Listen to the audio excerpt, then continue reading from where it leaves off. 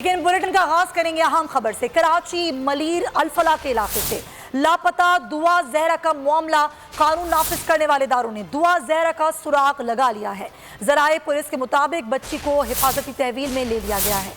دعا زہرا کو جلد کراچی منتقل کیا جائے گا، پولیس کا یہ کہنا ہے۔ اسی پر بات کریں گے، ڈپٹی بیورو چیف شعیب برنی ہمارے ساتھ موجود ہیں۔ شعیب، 10 روز بعد دعا زہرا کا پتہ لگا لیا گیا ہے۔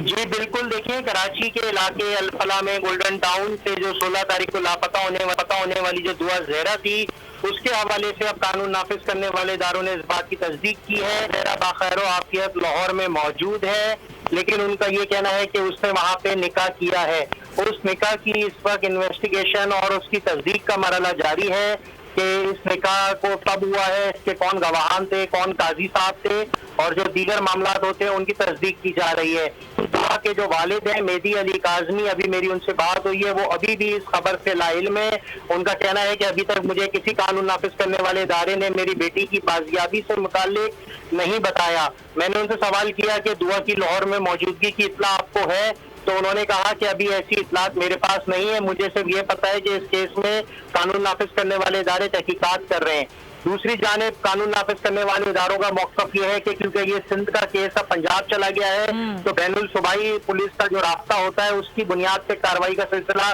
جاری ہے۔ سندھ پولیس اور پنجاب پولیس کا آپس میں رابطہ ہوا ہے۔ کراچی پولیس اس کیس میں کام نہیں کر رہی تھی، بلکہ فیڈرل انویسٹیگیشن ایجنسی جو ایف آئی اے ہے، دیگر لا انفورسمنٹ ایجنسیز ہیں، اس کے ساتھ ساتھ اینٹی وائلنٹ کرائم سیل، تمام نے اس کیس میں 10 دن سے اپنی تفتیش کا سلسلہ جاری رکھے ہوئے تھا۔ واضح ہے کہ جو دعا زہرا کے زیر استعمال جو موبائل ٹیبلٹ تھا، اس کی مدد سے اس کیس میں معاونت ملی ہے، کیونکہ اس کے جو آئی ڈی تھی اس میں، کیونکہ موبائل میں سم نہیں لگتی تھی ٹیبلٹ میں، لیکن اس میں انٹرنیٹ چلتا تھا، اس کی مدد سے اس کیس کے یہ لوگ قریب تک پہنچے ہیں۔ انہوں نے سیمسنگ کمپنی کو لکھا تھا ایف آئی اے کی جانب سے 4 دن قبل کہ ہمیں اس کا مکمل ڈیٹا چاہیے، جس کے بعد اس کیس میں مدد ملی ہے۔ اور اس کے ساتھ ساتھ یہ بھی پتہ چلا ہے کہ جو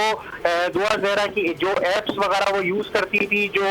انٹرنیٹ کی جو اس کی کامن یوز کی جو ایپس تھیں اور جو سوشل آئی ڈیز تھیں، ان کو بھی چیک کیا گیا، جو یوٹیوب وغیرہ وہ یوز کرتی تھی۔ یہ بتائیے گا، جس طرح قانون نافذ کرنے والے ادارے کہہ رہے ہیں کہ دعا زہرا بخیر و عافیت ہے لاہور میں، تو پولیس نے وہاں سے رابطہ نہیں کروایا والد سے دعا زہرا کا؟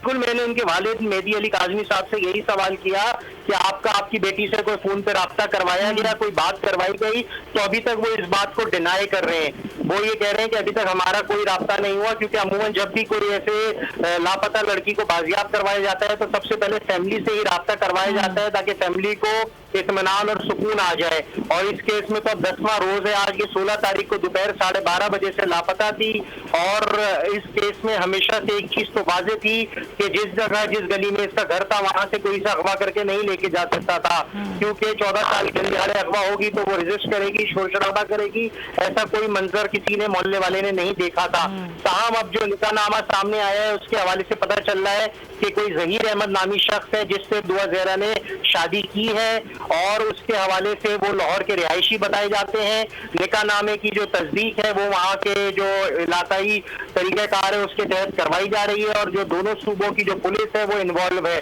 ایف آئی اے بھی کیونکہ فیڈرل ایجنسی ہے تو وہ بھی اس کیس میں شامل تھی، گزشتہ 4-5 دن سے وہ بھی اپنا کام کر رہے تھے، انویسٹیگیشن کر رہے تھے۔ اس وقت یہی پتہ چلا ہے کہ دعا زہرا لاہور میں ویڈیو بیان جاری کروایا جائے گا اور اہل خانہ سے رابطہ بھی کروایا جائے گا، جس کے بعد پھر کراچی لانے کے حوالے سے کتنا ٹائم لگے گا کراچی لانے میں دعا زہرا کو لاہور سے؟ دیکھیں ابھی تک اس حوالے سے کیونکہ نکاح نامے کی تصدیق لاہور میں ہوگی، اور جو گواہان ہیں، جو عینی شاہدین ہیں، جو قاضی صاحب ہیں، ان کا وہاں پہ لاہور میں اسٹیٹمنٹ پہلے ریکارڈ کیا جائے گا۔ پہلے کیس کی تحقیق مضبوط کیا جائے گا، اس کے بعد لڑکی، کیونکہ اس کی ایف آئی آر کراچی کے الفلاح تھانے میں کٹی ہوئی ہے اور اسے کورٹ میں ہر حال میں پیش ہونا پڑے گا، کیونکہ یہاں پہ مقدمہ درج ہے، تو یہ معاملہ تھوڑے آگے جا کے ہوں گے۔ لیکن ابھی جو لاہور میں بازیابی ہوئی ہے اس حوالے سے جو وہ سامنے آئی ہے، اس حوالے سے لیگل فارمیلٹیز ہوں گی، اور جو اسٹیٹمنٹ ہے تو یہ بتا دیں شعیب، یہ بتا دیں کہ ابھی دعا زہرا پولیس کی تحویل میں ہے؟